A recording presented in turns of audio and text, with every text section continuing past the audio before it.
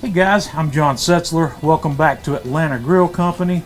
Today we're going to fire up actually our PK360 charcoal grill that's out of frame here, and we're going to cook some beautiful Texas short ribs that I picked up from Porter Road over in Nashville, Tennessee. So let's get started.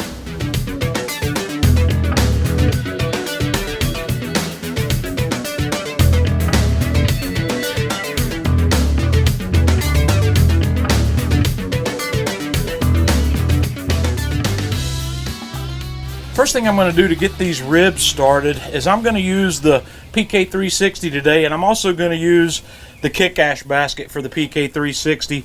I'm going to set a small chimney of charcoal up over a fire starter, let this charcoal get going, and then we're going to put it in over on top of this after it gets lit, and we'll let this charcoal come up to temp while we get our ribs ready. I've got 4 of these beautiful big Texas short ribs from Porter Road out in Nashville, Tennessee, and the first thing I'm going to do is I'm going to put a liberal coating of my Man Cave Meals AP Mojo on these ribs, and we're just going to let these sit and rest with that rub on there while we get the grill going. Okay, I've got enough of my charcoal lit up here. We're going to dump that out on top of this unlit charcoal. Then I'm going to set my grill grate in place.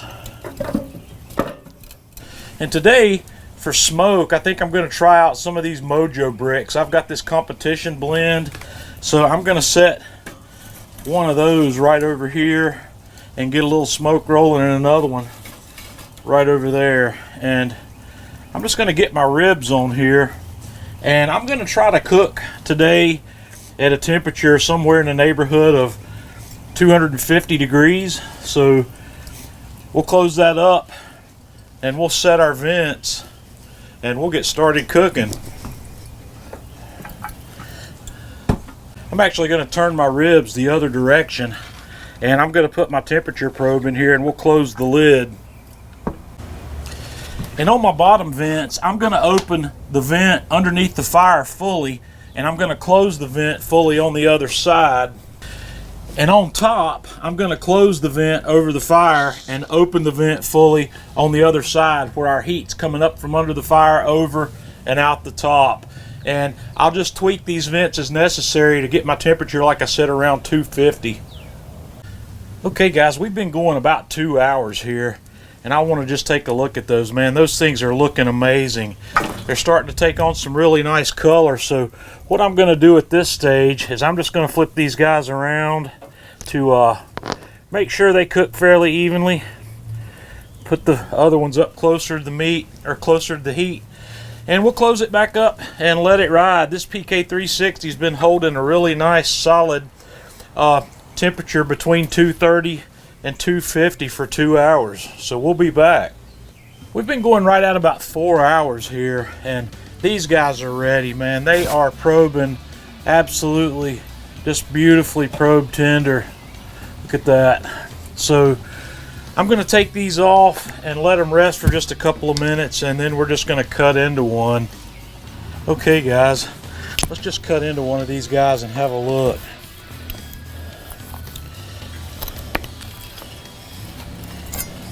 That looks absolutely amazing.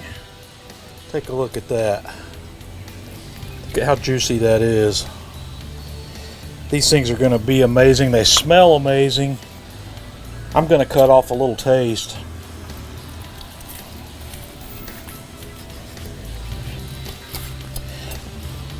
Let's have a little bite of that. Oh yeah. That's going to be my lunch today. I can't wait to get inside and have this for lunch. Beautiful Wednesday afternoon lunch. So guys, you're going to have to give these a try. These Porter Road Texas short ribs are really amazing, and the PK grill did a beautiful job. I held a nice solid temperature anywhere between 230 and 250 for this entire cook. So give it a try. Let me know what you think. Until next time, this is John Setzler with Atlanta Grill Company.